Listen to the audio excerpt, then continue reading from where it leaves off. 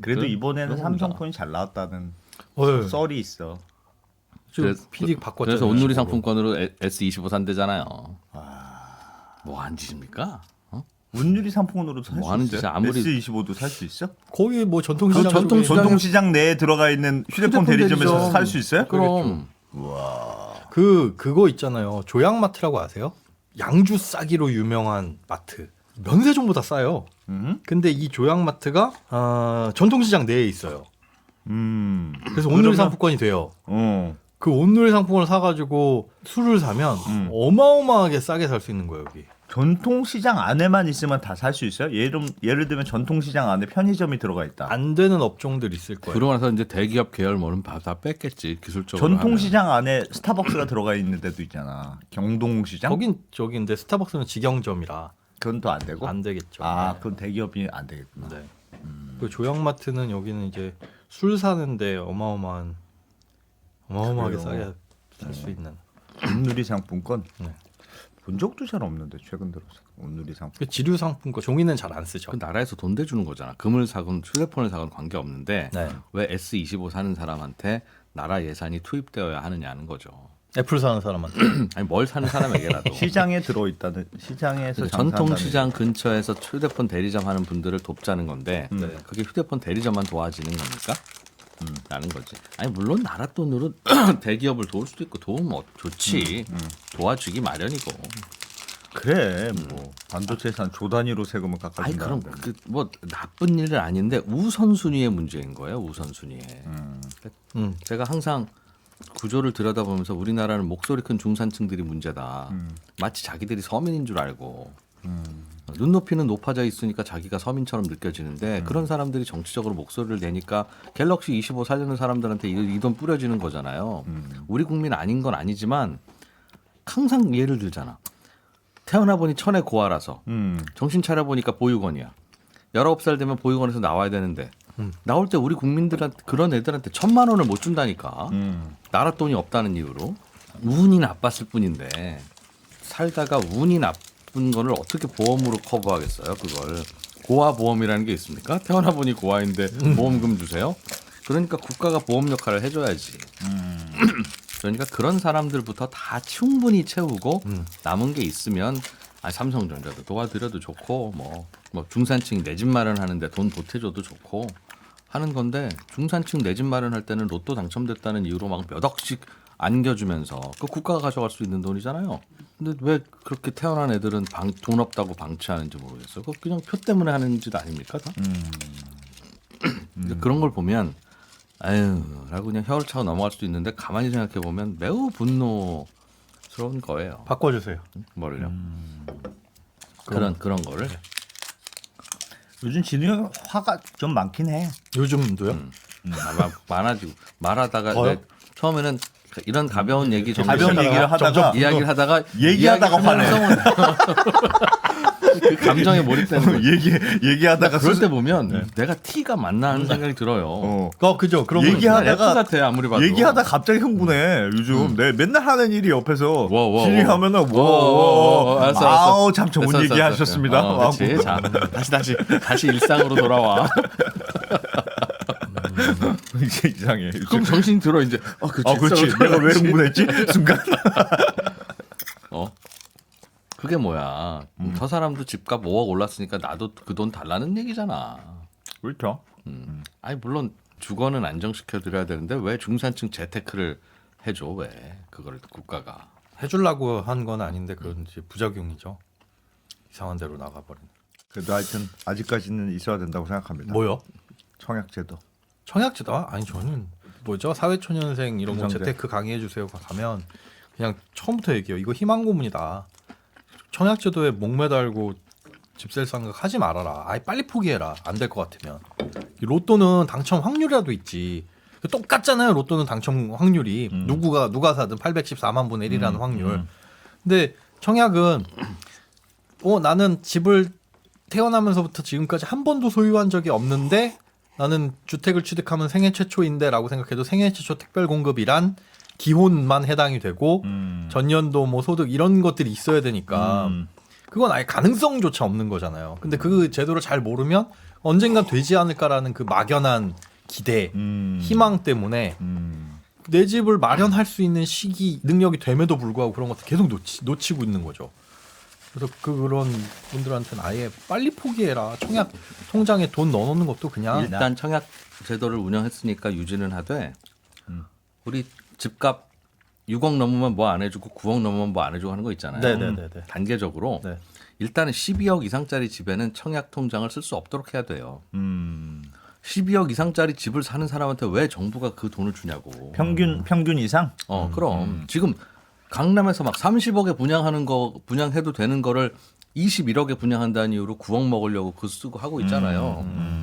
그것 때문에 집값이 내려가냐? 그렇지 않아? 그냥 당첨된 사람 9억 먹는 거예요, 네, 다음날. 아니 그걸 왜 그걸 그렇게 쓰죠? 나라 알아. 돈을? 차라리 21억에 그 조합이 그 아파트 줄 수 있으면 그 나라가 가져가서 30억에 제값 받고 팔아서 그 9억 차익을 좋은 데 쓰면 얼마든지 쓸 수 있는데 그냥 그게 운 좋은 그러니까 서민도 아니고 지금 12억 나 들으라고 하는 얘기지 9억 지금. 왜요? 6억 아니 앞에 있다 보니까 딱 그렇다 뿐이지 아 그래요? 아직 청약 안 쓴. 아 자격 안 그런 쓴 거지. 일인. 그래서 아니 서민들의 내 집 마련에 도움을 줍니다까지를 우리가 받아들인다면 그렇게만 내 집 마련도 만들어야죠. 못하고 월세 사는 분들도 얼마나 많은데 돈 그건 문제나 맞아요. 순서를 할 수 있으나 그러면 저렴한 집을 살 때 좀 더 저렴할 수 있게 그렇게 해주는 것까지 뭐 명분도 있고 있을 수 있는데 그걸 왜 금액 제한을 두지 않고 심지어는 비쌀수록 로또잖아요 요즘 강남만 네. 저 저는 반대로 분상제까지. 약간 좀 분상제 걸려 있으니까 반대로 생각을 하는데 그냥 전매 제한 이런 것들을 다 없애버리고 사실 10억 넘어가는 강남 아파트에 청약해서 당첨이 됐어요. 살 수 있나? 못 사요. 대출도 안 나오고. 살 수 있는 사람들이 부지기수예요. 그러니까 그 부지기수지만 말씀하신 서민들 일반적인 서민들이라고 한다면 20억짜리 아파트 당첨됐다. 자 다음 달 말까지 계약금 2억 가지고 오세요. 그다음에 중도금 얼마고 3년 후에는 40%는 당신 현금 있어야 돼요. 그럼 8억을 현금을 어서 구해와야 되는데 그게 일반적인 서민에서 가능한 수준이냐? 상식적으로 안 되잖아요. 통념상 불가능하잖아요. 그러니 결국은 그렇게 와 난 저 집은 진짜 저 집은 사면 어쨌든 모르겠다. 대박이 날 것 같은데 라는 사람들도 내가 지금 돈이 없으면 못 사는 거잖아요. 결국은 그들만의 리그가 펼쳐지는 거고. 그러니 차라리 전매 제한 이런 것들 다 없애가지고 샀다? 그냥 비싼 값에 팔고 나는 내 청약이라는 기회 일생에 한 번 있는 거 그거 거기서 그냥 털고 그 나는 어떤 이동 사다리로 쓸래 하는 거를 그냥 그러니까 해주면- 갑자기 나라에서 복권 당첨되기 좀 그런 거. 그거 왜 해야 되냐고 로또가 아니, 있잖아. 그러니까 할 거면 그렇게 그냥 다 해주게 되지. 딱 사실 보면 규제 지역이라고 하는 강남 3구 용산 어차피 서민들 못 살 정도의 가격이거든요.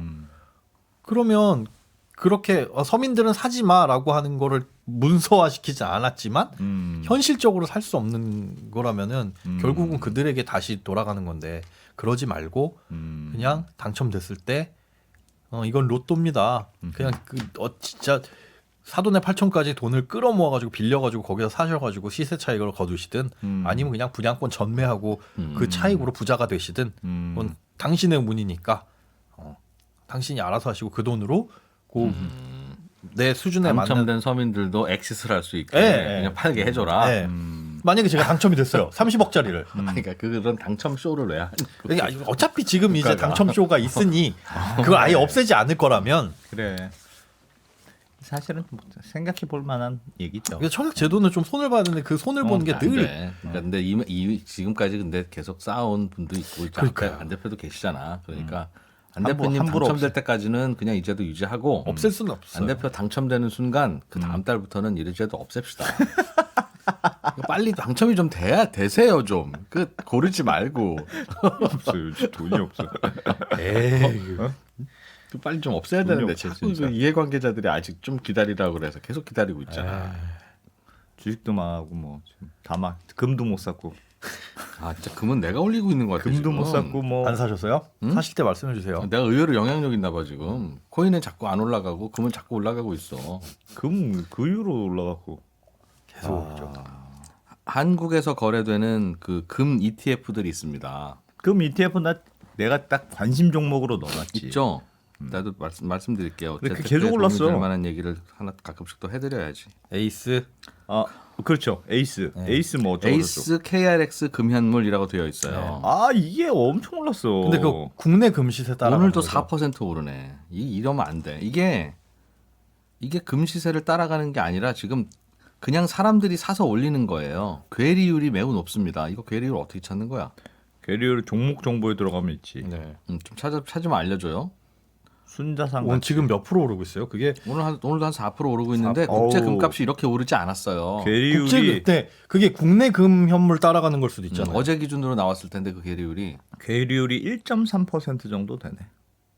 많지는 않아. 많지는 않네. 많지는 금이 않아. 지금 3.5% 올랐거든요. 국내 많지는 금시세가. 않아. 국내 금. KRX에서 네네 금시장. 그래서 불편해도 KRX에서 올라. 사세요. 네. 장점이 뭐냐면 이게 KRX에서 KRX 지 뭐. 사서 금값이 올라서 먹은 차익에는 비과세입니다. 네. 매매 차익. 그런데 이 양도세 에이스 ETF뿐만 아니라 금과 관련한 ETF에서 사는 거는 금 통장도요. 차익을 배당 소득으로 간주해서 배당 배당소득세를 소득세도 내고 낸다 이거지? 그게 연간으로 뭐 얼마 이상 1,000만 원 2천 넘으면은 금융소득 종합과세. 금융소득 다 합쳐서 2,000 넘는데 꽤 네. 기여할 거 아니야. 그렇죠. 그러면 그게 종합소득세로 반영이 돼요. 네. 또 1,000 넘어가면 건보료도 반영이 되고. 앤드 예를 들면 애들한테 뭐 좀 해줘야지 하면서 특별한 주식 종목하기 좀 그러면 금이나 사줄까라고 했다가 이게 차익이 생기잖아요. 그러면 건강보험과 연말정산에서 탈락해. 그러면 아빠는 연말정산할 때 그 아이를 피부양자로 넣을 수 없으면 이것저것 손해 보는 게 굉장히 많아요. 어차피 손안에서 휴대폰으로 거래할 건데 KRX 금선물 금선물이 아니라 KRX 금시장에서 현물로 거래하세요. 하는 게 가장 좋고 그다음에 실물로 살 때도 지금은 물론 온누리 상품권으로 사는 게 제일 싸지만 그렇습니다. 온누리 상품권을 사셔서 그 진짜? 동네 금은방에 가셔서 사시면 무려 금 사실 때 나라에서 15%를 15%나. 지원해주고 있습니다. 근데 좋은 나라야. 원래는 이제 KRX 금시장에서 사면 그러니까 금 현물 실물을 살 때 투자를 할 때 금 실물이 안 좋은 게 부가세가 가장 크잖아요. 그건 부가세 없이도 금을 찾을 수 있죠. 이건 전 세계에서 이런 특혜를 주는 시장이 없어요. KRX 금시장의 이 근데 특혜는 얘네도 인출을 할 때는 부가세를 매기거든요. 근데 재미난 건 내가 여기서 금을 디지털로 산 그 시점, 예를 들어 작년에 금을 100만 원어치를 샀어요. 근데 지금 200만 원이 됐어요. 이걸 인출해 주세요라고 하면 그 시점에 부가세를 적용한다는 거죠. 네, 100만 원을 샀을 때 그럼 나 대신 내가 금 샀으니까, 나 대신 그쵸? 금 사서 그 예탁원이 보관하고 있는 거니까. 네. 그러니까 실물을 인출을 할 때도 금시장이 제일 좋고 수수료도 싸고 그러니 KRX 금현물을 사세요라고 하니까 에이스가 ETF를 만들면서 에이스 KRX 금현물 네. ETF라고 그게 지금 이름을 몇 프로야? 붙여놨네. 괴리가 지금 3.5%. 1.3, 오늘은 3% 1.38. 올랐고 괴리율 1.3. 근데 나는 KRX 금시장의 그 금값도 괴리율이 있는 게 아닌가 싶어요. 뭐 하고? 국제 금시세하고 국제 금시세하고는 달라요. 얘는 국내라. 아니 금이 국제 국내가 따로 달라요. 있는 게 말이 됩니까? 아니 비트코인도 그러니까 비트코인, 김치 프리미엄을 주고 사면 네. 이상한 거잖아. 여기는 이제 저기 뭐야 달러 가치 때문에 국내하고 국제하고 아니 그거는 차이가 반영해야죠. 달러 가치와 환율은 아침에 반영해서 하면 되는데 그거보다 KRX 금시장도 비싼 가격에 지금 거래되고 있는 게 아닌가 싶은 거예요. 네, 좀 더 그래요. 국제 시세가 예를 들면 10만 원인데 KRX 금시장에서 10만 5천 원에 거래되고 있으면 KRX가 10만 원으로 계속 매물을 던져줘서 가격을 맞춰줘야지. 그걸 니들끼리 알아서 거래해라고 하면 15만 원에 거래해도 그만이고 20만 원에 거래해도 금의 그만이니. 본질 가치가 있어요? 금은?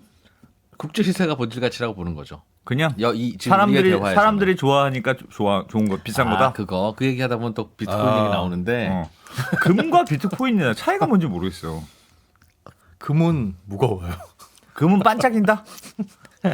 현재 가치에서의 차이는 아니 없는 거냐? 본질 가치는 그러니까 사람들이 좋아해. 어. 사람들이 좋아해. 그래서 가격이 자꾸 올라가.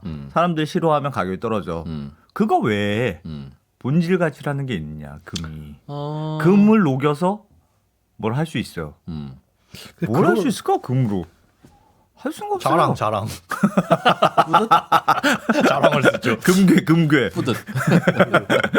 보람 그런 거. 같은 거죠. 그냥 반짝여서 기분 좋다. 아니야 반짝여서도 반짝이지 않아도 금이 어느 날부터 반짝이지 않더라도 왜 하필 금으로 했을까? 그 많은 것들 중에 옛날에 하여튼 귀한 거의 대표 명사가 금이 된 거잖아요. 그래서 귀했으니까 아니에요? 귀한 거야 많지 뭐 휘토류도 귀하고 귀한 거야. 그건 이런. 너무 귀하고 너무 귀하면 쓸 수도 없고 네. 적당히 적당히 귀하면서 귀한데 반짝거려? 쓸모도 많고 쓸모는 관계 없고요. 반짝거리는 거 옥도 반짝거리고 뭐 금은 진주도 반짝거리고. 금은 훼손되지 않아요. 아 그러네. 어. 다른 것과 다른 것과 섞여 있어도 언제든지 녹여서 뽑아낼 수도 있고 그게 어허. 매우 쉽기도 하며 어. 100년 1000년을 보관해도 녹슬지 않고 금은 금은 게다가 뭐 부피도 작고 중량 대비 되게 무거워. 금이 아마 제일 그거 무거울 걸 밀도가 높을 걸. 네. 그런 곳에다가 아무나 뭐 산에서 들에서 나물처럼 캘 수 있으면 그것도 안 되겠지만 그것도 쉽지 않고 또 만들어도 만들 수 있어도 안 되죠. 저장하기는 좋긴 했겠네. 뭐, 저장하기는. 또가 그러면서 뭐 신미성도 있다 보니 모양을 이렇게 네모나게 해서 가공하기도 저장할 수 쉽고. 있고. 그런 금이 있겠네. 수천 년 동안 그게 야 이거는 가치가 있고 저 가치를 저장할 수 있네라고 습관적 반복적으로 우리의 기억에 그냥 살아 있기 때문에 가장 믿는 거지. 실제로는 이따위 금속이 무슨 가치가 있어라고 사람들이 생각하는 순간 아무것도 금의 아니에요. 가치도 와르르 그죠. 무너지겠죠. 한편으로 다이아몬드가 상대적인 거예요. 아무런 가치가 없잖아요. 반짝이지 반짝. 그러니까 다이아몬드가 반짝인다. 요즘 인조 다이아몬드 만들어지고 난 다음부터 가치가 푹푹 네. 떨어지고 있어요. 근데 그 다이아몬드의 가치를 만드는 게 드비어스잖아요. 드비어스가 상업적으로 그걸 다이아몬드는 영원하다 뭐 이런 식으로. 근데 사실 예. 그러니까 인조 탄소 다이아몬드가 덩어리. 나왔을 때 안 대표님이 물어본 그 질문과 똑같은 고민이 있었어. 과연 인조 다이아몬드가 나오면 다이아몬드의 가치가 떨어질 거냐? 천연 다이아몬드의 네. 가치가. 마치 이건 도금이 흔해서 길거리 리어카에서 파는 금반지를 우리는 실제 리얼 금반지와 구별을 할 수가 없을 만큼 유사한데 야 이러면 사람들이 금을 안 선호할까에 대해서 리어카에서 금반지를 100만 개를 팔든 관계 없잖아요. 근데 그 본질이 좀 다르잖아요. 얘는 진짜 금은 아니고 그냥 껍데기만 씌워놓은 거고. 그런 거야. 근데 인조 다이아는 아예 똑같잖아요. 완전 똑같죠. 완전 완벽하게. 아니 그러니까 내 성분이. 생각 성분이 똑같으니까 금도 만들 수 있지 않겠냐는 거야. 금은 근데 금은 왜 못 만드냐? 그거를 연금술이라고 하죠. 금을 만들면 될 거 아니야. 만들 수 있어요. 아니 인조 다이아몬드도 네. 만드는데 왜 금을 못 만드냐는 금도 거야. 만들 수 있어요. 그 뭐죠? 뭐에서 저기 전자 하나하고 뭘 날리면은 만들어지는데 그 그 돈이 비용이 더 들어. 그 그 돈이 비용이 더 더 들어서 예, 만들 수는 있다. 뭔가 싸게 금을 그런 만드는. 상상을 하는구나. 많이 배웠는데 내가 보기엔 충분히 많이 배웠는데 나이 50에 연금술을 고민하고 있다. 연금술사 안 쓰고 노후에 연금술 고민하고 있어. 금 가격이 계속 올라가면 이제 손익분기점이 넘어가지 않을까? 만드는 가격이. 아 언젠가는 어. 금 가격이 계속 오르다 계속 보면 오른다. 금 가격이 계속 올라가면. 오, 야 이러느니 차라리 한 만드는 게 400년 낫겠다. 후쯤에 보면 야 이거 만드는 기술보다 오히려 금값이 비싸. 그러면 이제 하여튼 이상하게 금에 손이 안 가서 그래. 금 비트코인에 손이 안 가는 거랑 난 비슷한 것 같아. 그 느낌 뭐 존중하죠. 그리고 손이 안 비트코인도 그냥 완전히 사람들이 좋아하느냐 안 좋아하느냐 아니 아주 잘하잖아요. 완전히 수급이잖아. 오로지 수급이잖아요. 네. 오로지 수급. 사람들이 많이 사면 오르고 많이 금. 팔면 떨어진다. 비트코인, 집 뭐 다 똑같은 거 그런 거예요, 아니에요? 맞아요. 네. 가치의 그런 저장 오로지 수급. 수단이야. 네.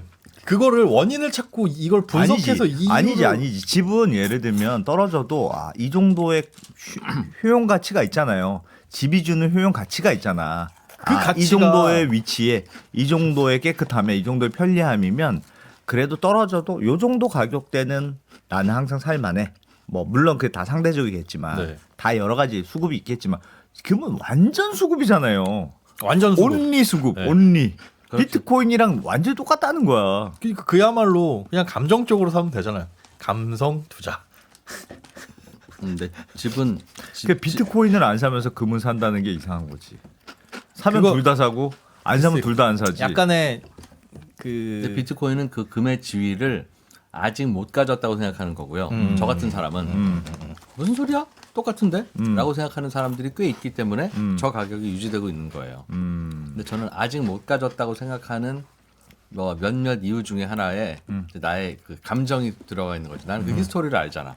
처음에 들어올 때 비트코인은 디지털 금이라는 얘기라는 입도 뻥끗 안 하고 이걸로 화폐를 만들어서 화폐를 써서 계속 거래를 하겠다. 통화량이 늘어나는 이 그 현재 시스템의 기존 레거시를 우리가 물리치고 우리끼리 경제 활동을 해봅시다라는 그런 생각으로 만들었다고 백서에도 써 있는데 비트코인의 백서에 디지털 금이라고 써 있습니까? 그런데 그게 말이 안 된다는 것을 깨닫기 시작하자 어느 날 슬그머니 디지털 금이라고 바꿔가면서 온갖 보유자들이 그 우매한 백성들을 그렇게 속여서 펌핑한 걸 내가 봤잖아요. 내 생애에 봤잖아. 그걸 내가 어떻게 인정하냐고 그걸. 처음부터 금이라고 생각. 그렇지. 그러나 이진우가 인정하든 인정하지 않든 사람들이 많은 그렇게 사람들이 생각하면 그래 이것도 금이지 뭐 금이 뭐 달라?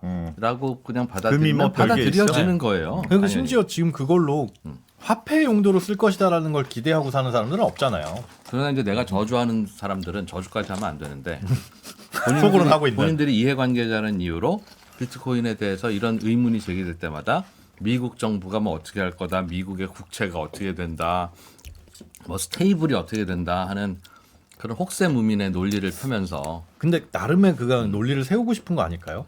본인도 이게 왜 오를까, 더 오를까라는 걸 아니야 이유를 찾다 보면 뇌피셜이야 그거는 그럴 수 있어요.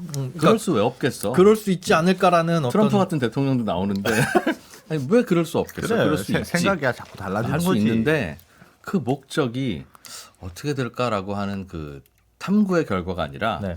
어떤 식의 논리가 있어야 비트코인이 올라가지? 라는 의도로 쓴 뇌피셜이니까 매우 그럴 수도 있는데 마치 그냥 사이비 종교에 빠진 사람처럼 이게 오른 이유를 찾아보자 해가지고 자신이 흠뻑 빠져서 그런 희술도 그럴 수도 있어요. 있을 그럴 수도 있어요. 뭐 사이비 교주가 혹세무민의 목적으로 하는- 살아가지는 않을 수도 있어. 네. 몰라 뭐 물론 이제 비트코인을 저기 하시는 분들이 뭐에 이상한 거에 빠졌다는 건 아닙니다. 그래서 뭐가 있나 싶어서 계속 그래도 나도 진짜 공부 진짜 열심히 합니다 예전보다 비트코인 공부는. 그러나 회의적인 시각으로 그 공부를 하면 하나도 설득이 안 돼요. 그러니까 종교 같아요. 비슷한 것 같아요. 그거를 이제 3일 만에 부활을 했다고 이런 식으로 하면 뭐 하여간 괜찮아. 그리고 일부에서는 그런 말씀도 하시더라고. 야, 그래도 이 시중의 이 유동성을 비트코인이라는 코인들이 흡수를 했으니까 지금 실물 자산 가격이 이 정도지. 야, 이놈들아, 그게 없었어 봐. 지금 금값, 집값, 주식값은 난리야. 야, 그 말 된다. 일리 있다. 근데 그게 그렇지 않다고 얘기해 주죠. 그렇지 않다고. 그렇지 않다고. 비트코인을 1억 5천에 누가 샀어요. 그럼 그 사람은 그 1억 5천을 비트코인 안 샀으면 집 샀겠지? 그럼 1억 5천에 판 판 놈은 사람은, 그죠. 그 돈으로 뭐 할까? 그 돈으로 집 사는 거예요, 그러면. 그러니까 거기에 대해서는 뉴트럴이야, 뉴트럴. 그냥 1,000원짜리 갖고 있냐 100원짜리 10개 갖고 있냐 뭐 그런 느낌의 뉴트럴이고 그래서 똑같은 논리로 코인 시장에 돈이 몰리니까 그 돈이 그쪽으로 몰려서 나라 경제가 다른 곳으로는 안 돌아가지. 틀린 말. 틀린 말. 아니 그래 집에 묶여 저수지처럼 산 사람은 있지만 저수지처럼 들어가 있는 돈은 있을 거 아니에요. 근데 그 들어가 있는 돈을 스스로 창출한 거라니까요. 뭐 시중에 있는 돈을 빨아들인 게 아니라 원래 100원짜리 비트코인이 지금 100만 원까지 100만 원이 뭐야? 1억이 넘었나요? 1억이 됐잖아요. 그러니까 시총 100원이었던 애가 시총 1억이 된 거예요. 그런데 그럼 시중 자금 1억이 거기에 빨려든 거냐? 아니라는 거지. 그냥 자기들끼리 이건 자기들끼리라고 표현한다고 해서 그럼 집값도 마찬가지고 주식값도 마찬가지입니다. 그러니 이제 그게 커지면 100원짜리를 지금 뭐 100억에 사고 팔고 하는 거니까 IPO의 컨셉이 없다 이거지. IPO의 컨셉. IPO도 돈 받아서 쓰잖아요. 어떤가. 가치가 매우 낮았던 게 주식시장에서는 비싸게 거래될 뿐이지. 그런다고 시중 자금이 그쪽으로 빨려드는 건 아니잖아요. 처음에 들어오는 게 있어. 맨 처음에 데뷔할 때 들어오는 거는 데뷔할 때는 들어오는 돈이 있는 건데 데뷔할 때 들어오는 돈이 나중에는 이제 가치가 올라가면 그 돈이 그냥 사고 팔고 하는 가격이 올라가는 거지. 전체 돈이 들어오는 건 아닌데 처음에 들어오는 돈은 있으니까 생각해보면 처음에 들어오는 돈만큼 IPO가 예를 들면 주식회사 김현우가 상장을 해서 시총 1,000억이 되면 시중에 1,000억이라는 돈이 그쪽으로 빨려드는 것 같죠. 공모 자금 정도는 그러니까 전체 공모자금. 공모 자금이 1,000억이라고 봐. 그러면 10% 공모했으면 1조 원 가치라고 봐요. 그럼 시중 자금 1,000억 원이 그쪽으로 빨려들 것 같죠? 빨려드는 거 맞지? 그 1,000억 원이 누구 주머니로 갔냐면 그 회사 주머니로 들어간 거예요. 그럼 회사 통장에는 1,000억 원 캐시가 생긴 거잖아. 없던 캐시가. 그걸로 냉장고도 사고 설비 투자도 하고 하다 보면 시중 자금이 그쪽으로 빨려들어서 잠긴 게 아니죠. 내 주머니에 있던 게 회사 주머니로 들어간 거고 회사 주머니에 있던 게 내 주머니로 들어오는 걸 월급이라고 부르고 내 주머니에 있던 걸 회사 주머니로 들어가는 걸 우리는 공모주 투자라고 부르고 그러는 차이니까 그게 뭐 시중 유동성을 빨아먹고 토하고 하는 것도 아니에요. 다만 100원에서 시작된 게 갑자기 100억이 되면 그만큼 없었던 돈이 늘어나서 오히려 주가가 오르고 코인이 오르고 골동품 값이 오르면 그게 다른 자산 가격을 더 들썩이게 하는 효과는 있지. 존재하지 않았던 돈 가치가 거기서 생겨서 자꾸 나오니까 시중 자금을 빨아들인다는 논리는 착각입니다. 비난하고 싶으니까 그렇게 표현하는 캐시를 찾아가지고 집에 쌓아놓지 않는 이상은 빨아들인 건 아니잖아요. 집을 내가 5억 주고 샀어. 그럼 그 5억을 다 인출해가지고 집 한 방에다가 5억을 이렇게 쌓아놔. 그럼 이게 빨아들인 거죠. 아니지. 그건 내가 샀으니까 저 사람한테 돈이 갖고. 그럴 수 있는데요. 그래서 이 거래라고 하는 건 난 캐시는 동원할 수 있는데 집이 필요해. 그런 사람한테는 그 사람은 그 캐시로 집 안 사면 다른 거 안 해요. 근데 나는 이 집을 팔고 싶어. 그래서 캐시를 갖고 싶어. 라는 분은 나는 집보다는 캐시가 가치 있을 거라고 생각하고 나에게 더 유용하잖아요. 그런 거래는 일어날수록 좋은 거죠. 그래야 집 한 사람이 생긴 돈으로 그 돈으로 다른 곳에 쓰지. 집 한 사람이 참. 나는 돈 모아서 집 살 거야라고 하는 사람이 그 돈으로 다른 걸 쓰겠냐 하는 거고. 그런 논리조차도 기우인 것이 우리가 집을 안 사고 캐시를 갖고 있으면 그걸 안방에다 쌓아둡니까? 은행에다 쌓아두잖아요. 그러면 은행에다 쌓아두면 그 예금은 그냥 필요한 사람이 갖다 쓰면 되는 거예요. 그러니 뭐 코인들이 시중 자금을 빨아들여서 안정을 하게 해준다. 이것도 틀린 말. 코인들이 시중 자금을 빨아들여서 생산적으로 못 가게 한다. 이것도 틀린 말. 아무 관계 없다. 다만 코인 가격이든 집 가격이든 주식 가격이든 가격이 올라가면 10억에 샀던 집을 20억에 팔고 그 사람은 20억 캐시가 생긴 거니까 없었던 10억이 세상에 없었던 10억이 툭 떨어져서 나오는 셈인 거예요. 그만큼 유동성이 늘어나는 거죠. 그러니까 한마디 금을 사면 금이 시중 자금을 빨아들이냐. 왜냐하면 그걸 살 때 대출을 받거든. 그럼 코인 살 때는 대출 안 해주는데요? 아니 대출 받아서 집 산 사람한테 집 판 그 사람이 코인을 사니까 코인 때문에 대출 나온 거예요. 그렇게 따지면. 뭐 그러니 저러니 어쨌든 유동성이 결국은 유동성이 창출되는 거 건데 아니야? 그 돈이 또 아래로 흘러 내려가서 서민들도 먹고 사는 거라서 가치 판단을 할 뭐 그런 일은 뭐가 좋고 뭐가 나쁜 건지는 사람의 보는 시각에 따라 다르죠. 하여간 그래서 무슨 얘기를 하고 있는 거지? 금에는 하여튼 지금 요즘 KRX 금 거래소에도 지금 거품이 있는 것 같다. 괜히 비싸게 사고 있는 것 같다. 그래 그런 것 같아. 너무 많은 사람들이 사고 있어. 모르겠습니다. 이건 제가 확인해 본 바가 아닙니다. KRX 금거래소 가격이 국제 시세보다 얼마나 지금 국내 그러니까 1년 전에 국제 금이 얼마 상승 40% 올랐나? 근데 국내 금 시세는 한 거의 70% 가까이 올랐어요. 그러니까 국내 금 가격이 훨씬 더 가파르게 올랐다는 거죠. 그 차이는 물론 환율 차이도 있겠지만은 그냥 국내에서 사고 파는 금 수요가 많다? 그 영향도 있다는 거죠.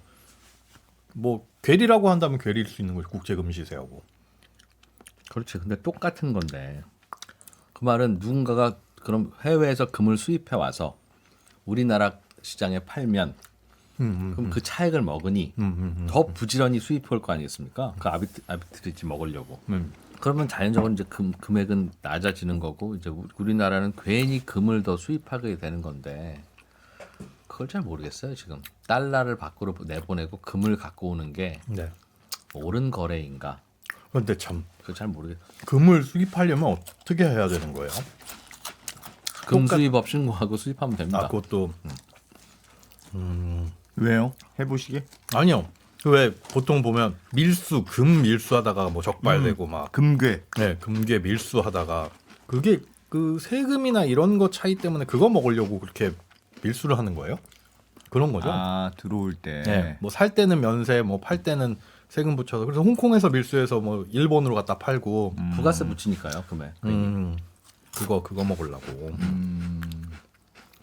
금액 부가세 붙이는 거에 대해서 논란이 많아요. 안 붙이는 나라도 있고. 왜? 백화점에서 1,000원짜리 지폐 내는데 부가세 10%더 내야 됩니다라고 안 하듯 야 금은 돈인데 돈에 무슨 부가세가 붙어. 하기사 거기에 무슨 세공을 했다. 그럼 붙어야죠. 그러면 붙어야지. 그 세공의 범주가 진짜 땅에서 캐내도 다 세공이네. 세공이.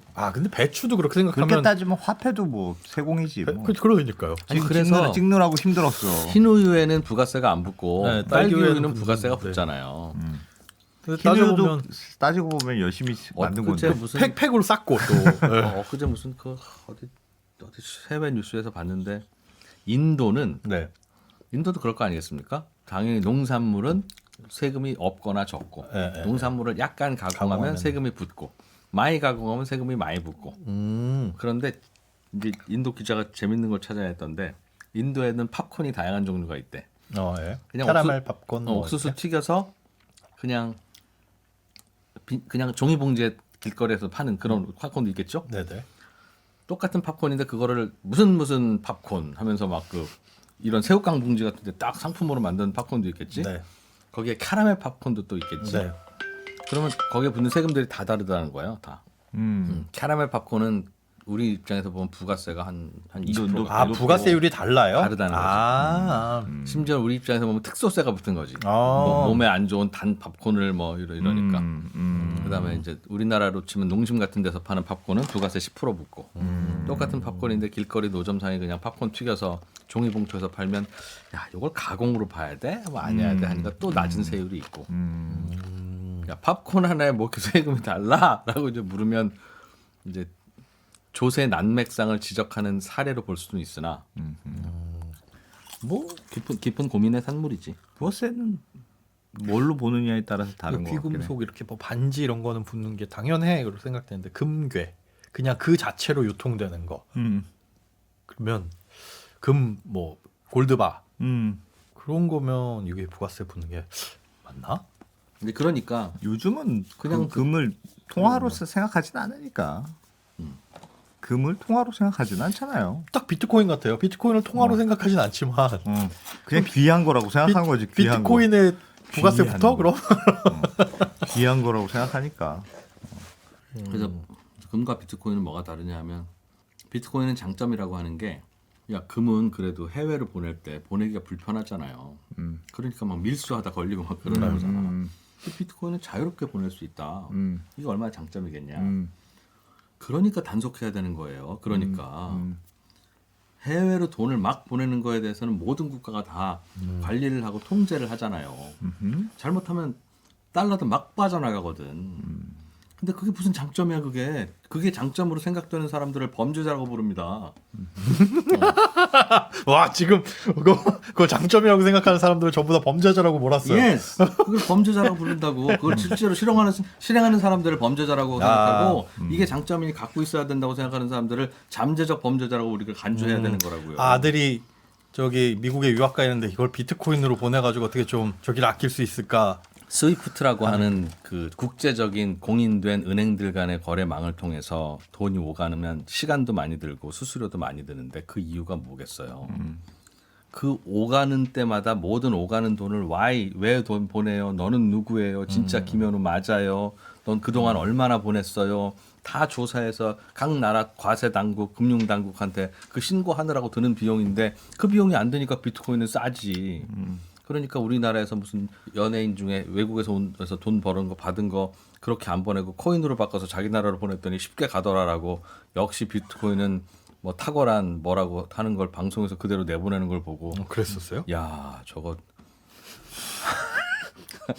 물론 이제 송금 한도 이하로 보냈겠죠. 그랬으면 그렇게 얘기했을까요? 그러나 그래도 그렇게 하면 안 되는 거지. 그러니까 이게 어디까지가 이게 허용돼야 되는 거고 어디까지가 아닌 건지 모르겠는데 아무튼 그게 더 장점이니 앞으로 더 각광받을 수 있는 거고 더 가치 있는 것이다라고 주장하는 많은 분들이 있더라고. 그래서 예전에 우리가 국가보안법 있을 때 불온 문서와 불온 서적은 소지만 해도 처벌했던 게 이런 마음으로 나 하는 생각이 바보같이 들 만큼 야, 걱정이 정말 걱정이다. 걱정이야. 진짜 나라 걱정이 돼서 하는 얘기인데 네. 무슨 또 걱정에 휩싸이셔가지고 코인이요. 걱정이- 지금 무슨 일이 벌어지고 있냐면 네. 우리나라가 김치 프리미엄이 있죠. 네네. 이 김치 프리미엄은 한동안 그냥 김치 프리미엄으로 남아 있었다고요. 그런데 이 김치 프리미엄을 그냥 자동으로 해소하는 방법이 있어요. 우리나라에서 스테이블 코인을 사서 미국으로 보내. 미국에서 그 스테이블 코인으로 비트코인을 사. 그리고 그 비트코인을 다시 우리나라로 보내. 다 자유롭죠 지금. 네. 이 거래를 외환 당국으로 통해서 돈으로 보내면 다 일일이 너 그동안 얼마 보냈니, 왜 보냈니, 그거 다 해야 되고 다 이제 단속이 되는데 지금 내가 말씀드린 한국거래소에서 스테이블 코인을 사. 그 스테이블 코인을 미국으로 보내. 미국에도 계좌 틀 수 있으니까. 현금 계좌를 틀 필요 없어요. 그냥 코인 계좌만 틀면 되니까. 뭐 미국으로 보내는지 캐나다로 보내는지는 잘 모르겠어요. 거기에서 비트코인을 사. 그 스테이블 코인으로. 그리고 다시 그 비트코인을 우리나라로 보내면 싸게 비트코인을 수입한 거예요. 그러면 그 비트코인을 우리나라 거래소에서 팔면 그 김치 프리미엄만큼 먹지.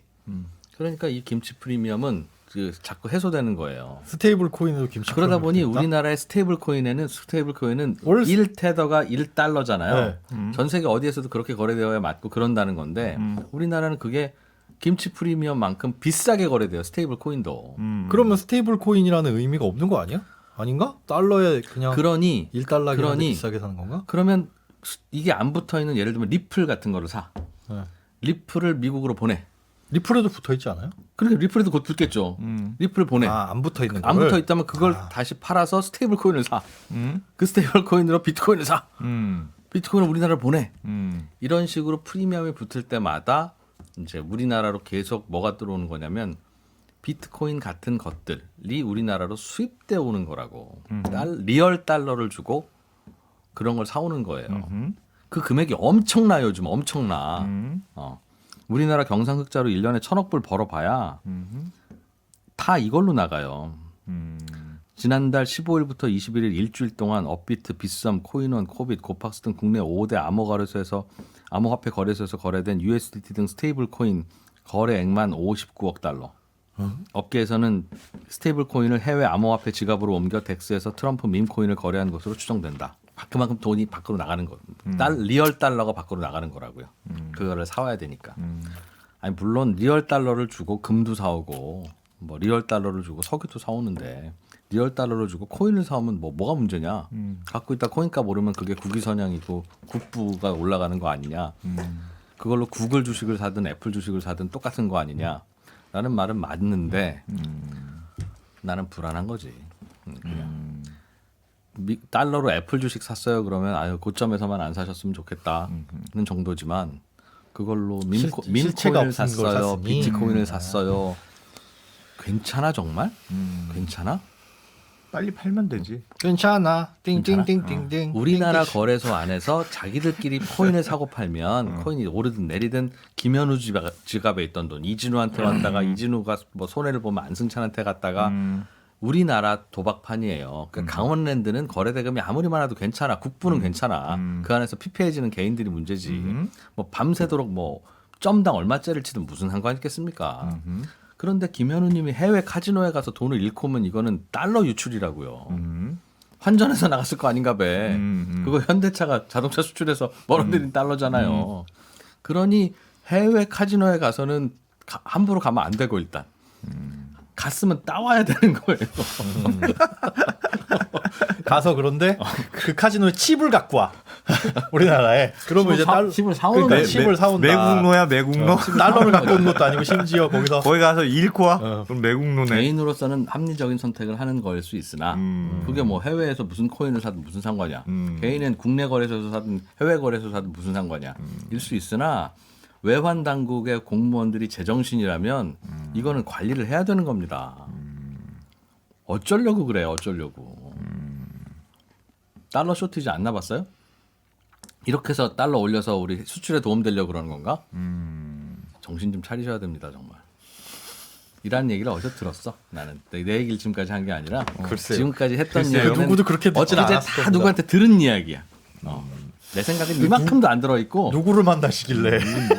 이런 누구를 헛소리를 밝혀? 하고 있는 사람들이 요즘 있더라라는 이야기를 제가 그냥 커피타임에서 들려드리는 겁니다. 여러분 이건 커피 타임입니다. 나는 아무것도 몰라. 뭐 그냥 잘 전했나 모르겠네. 근데 진짜 진우 형은 얘기 오랫동안 잘한다. 하고 싶은 말이 하고 굉장히 싶은 많으신 말이 것 진짜 같아요. 많은가 봐. 와. 아니, 진짜 대단하다. 들은 얘기랑 들은 얘기. 그러니까 들은 얘기도 혹시 틀렸다면 내가 잘못 전달했을 뿐이야.